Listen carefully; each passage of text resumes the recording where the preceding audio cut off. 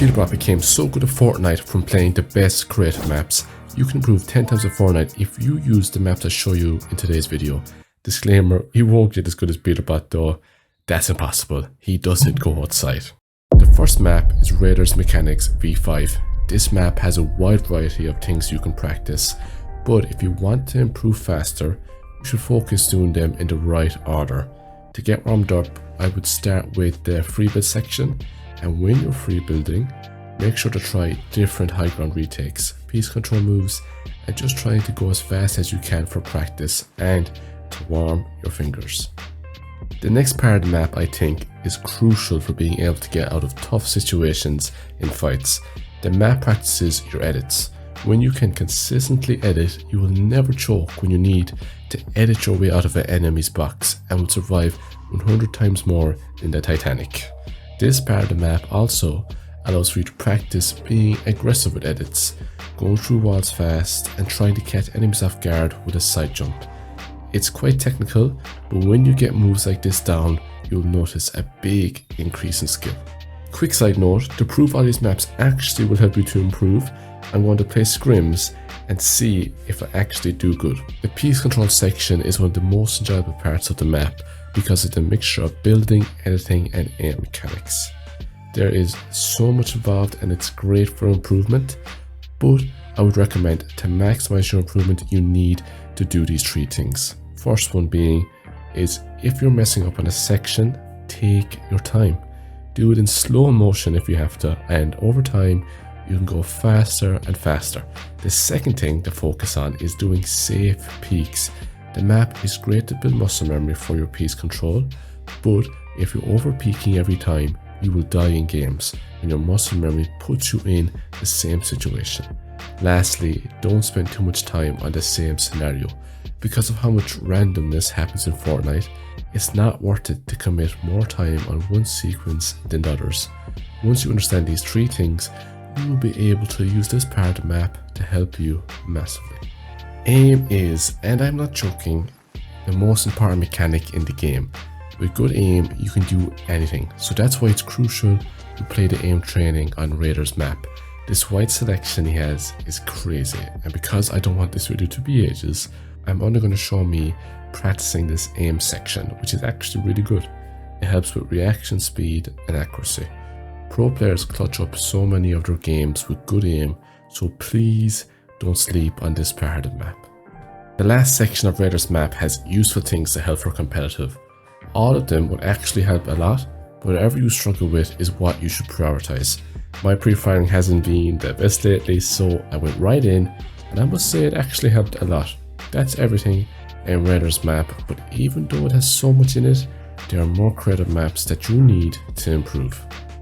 Reason A 1v1 build fight map is great for improvement when it's used correctly.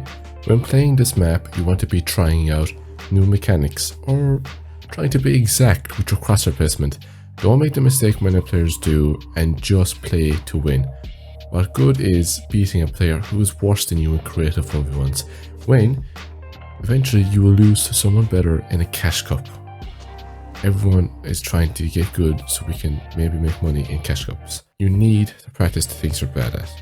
Recent 1v1 map has a lot less input delay than real games, so if you get used to editing like a beast on it, you will mess up badly when it comes to a tournament. Just to make it more clear again, what you should do in this map is focus on your flaws, practice new mechanics like high ground retakes and edits, and don't just play for the win.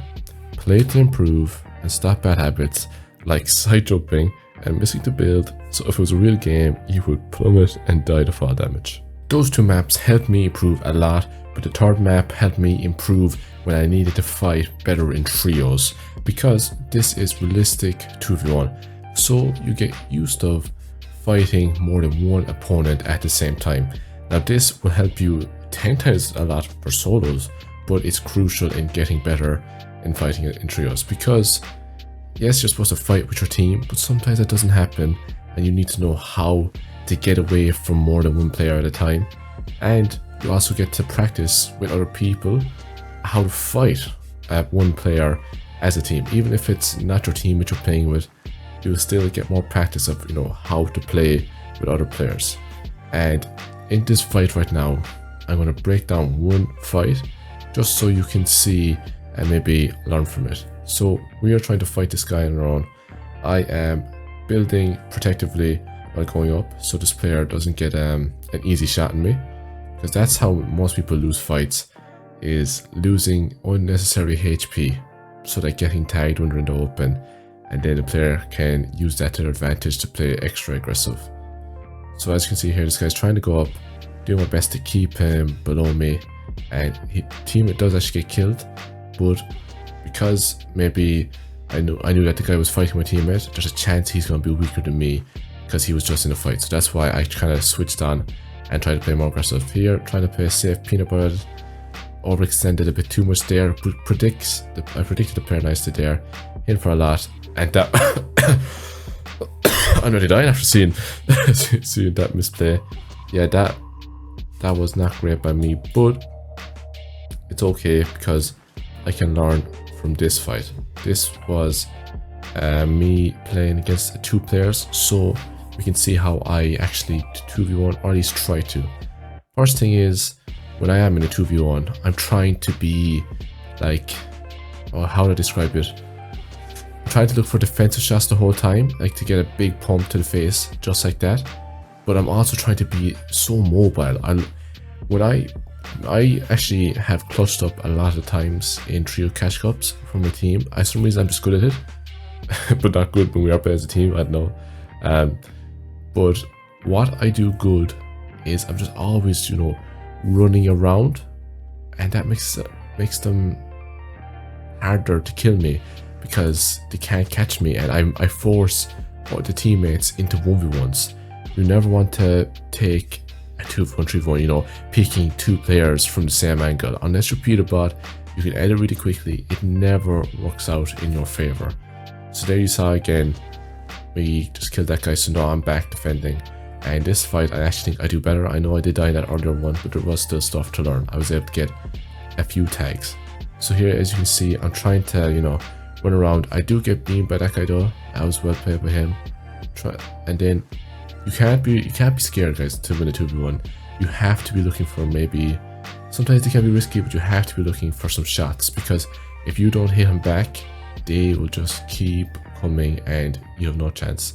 See there, got a lot of damage, make that blue guy think a second about playing extra aggressive, and then he does kill me. 2v1s are hard, guys, but there is ways, and this map helps you figure out those ways to beat them. The next map is 32 player zone wars. It's great to practice kind of realistic endgame scenarios, and which would be, tarping, trying to edit people down, get kills like that, having awareness of when you should edit a wall or not when lots of players are looking at you. So much stuff. But I would say, yes, it's kind of more realistic because of the delay that this map does have, but sometimes it's actually worse than real tournament games. So yeah, you should practice it to get a bit of, realistic practice, but the delay can be annoying. And I actually have a tip for you to practice your end games, and that is to play scrims. Now, before you click off, yes, I know that's not a creative map, but I'm just giving this as a bonus, tip, because it's actually really helpful, guys. Trust me. Tip: scrims, they make you feel the same pressure that you would in a tournament, and they're very similar to a tournament, maybe even harder, because you've all the players who are trying to get better in the scrims, not just random people that decide to hop on a tournament one of the days. Now, the fight you're watching, this guy had griefed me, and then I don't know what happened to him there. I think he panicked, and yeah, he just became into an easy kill. But you get to learn from different scenarios. So this scenario, a guy was fighting me, he'd griefed my game, I was able to kill him, but now I was really behind in Storm, didn't have as much mats as I originally did, and you'll see how that affects me in this endgame. And what I can do with this game is then VOD review it, learn from it, and play better in tournaments. So yeah, guys, please play scrims if you're really serious about improving. And the scrims I like to play are Elite Customs. They're Discord server you can actually make money from. Now it's not a lot, so I'm not trying to promote that aspect of it as if it's a big thing, because you can only make pennies off it. But it is good, serious scrims. So if you want to get better, play scrims. And guys, that is the video. I hope you learned something. I hope you found a map that helps you practice and get better. Thanks for watching, and maybe you'd like to learn how control players are actually going to be good again. Thanks for watching. Goodbye.